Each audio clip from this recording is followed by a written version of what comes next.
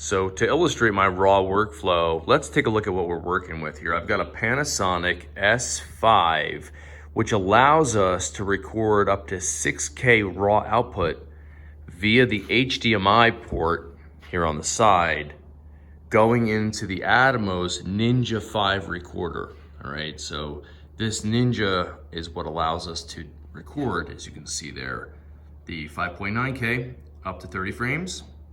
And we're going to be recording in a RAW format, ProRes RAW HQ. All right, so this is a really high quality RAW codec that's gonna give us the most sensor information and the most latitude working with this footage in post. And I'm shooting here in my fairly dark studio. I do have a source of natural light on this side. I've got a source of natural light over here, but everything in between is sort of dark, and I'm gonna pan around the room and record, and then we'll show the latitude in post and how versatile it is to use a RAW workflow when you're trying to expose different parts of a scene or different lighting conditions within a scene. We're also using, just for lens purposes, we're using a Canon EF 50mm 1.2 adapted to the Lumix L mount via a Sigma MC21 adapter. And I'm also using a 2 to 5 stop ND mist filter from Polar Pro. This is the Peter McKinnon edition, and it's just giving those highlights a little bit more of a softer touch. And you'll see that in the footage, how the highlights don't look as stark white. They'll have a little bit of a mist attached to them. So let's go ahead and record some footage, and then we'll take it into post, and you'll see what we're facing here. You'll also notice that I have a 1 terabyte hard drive inside the Atomos here, a SSD drive, and the RAW 6K is only gonna give me about 47, maybe 48 minutes of record time in 6K RAW. So this stuff is really heavy, and you need a lot of processing power in order to push it. Let's get to work. Okay, so my settings are 1/60th of a second at f4.5, ISO 4000. We're making use of Panasonic's dual native ISO, which means that 4000 is essentially as clean as 640 ISO.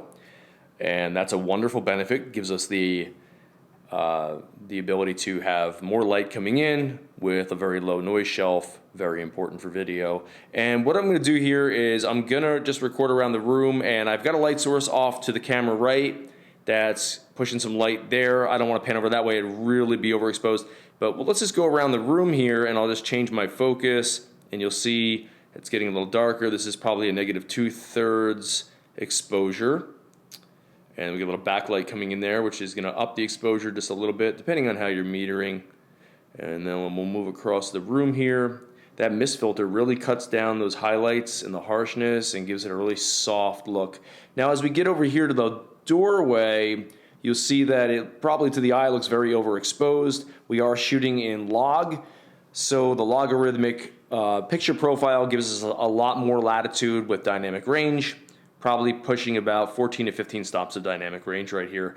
And you'll see in post, when we start working with the raw file, how we were able to retrieve a lot of the data that might be overexposed out there. Let's even play a little bit more. We'll go ahead and bump that up, bump that exposure out quite a bit, so it's quite overexposed out there, as you can see.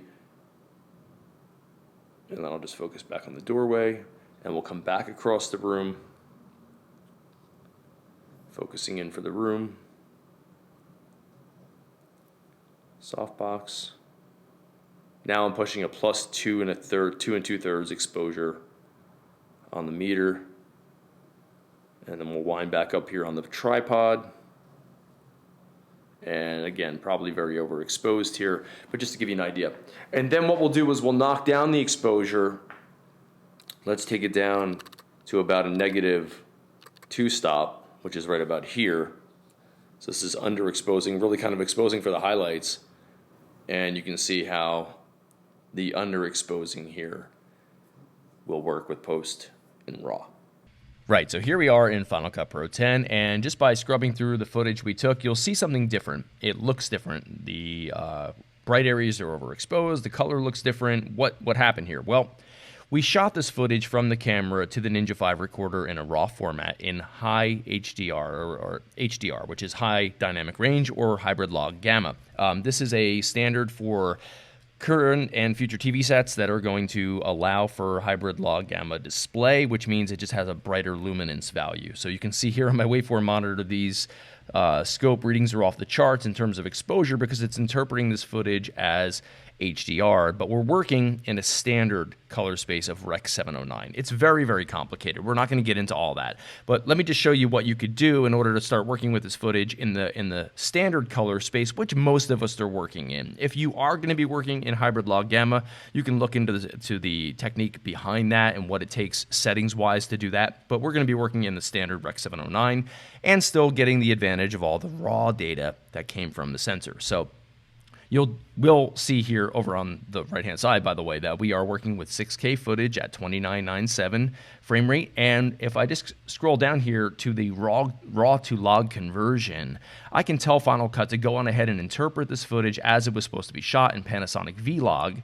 And now you'll see that the footage looks the way it was supposed to out of the camera. And this even actually looks flatter than what we were seeing on the monitor, because the monitor of the Ninja 5 was giving us a little bit of a left display on there to correct and just give us a little bit more accurate view of what it will look like when it's graded. So this is the actual flat raw image we're going to be working with. Now, when I go ahead and place this down on the timeline, it's going to warn me, and Final Cut's going to tell me that you're adding an HDR clip, high dynamic range, to a standard dynamic range project, okay? All I have to do is hit OK and go ahead and apply my camera LUT of Panasonic Vlog, which is going to get me closer to the Rec 709 standard. So you see a little bit of more contrast and saturation added back into this image. Now, we can start grading from here.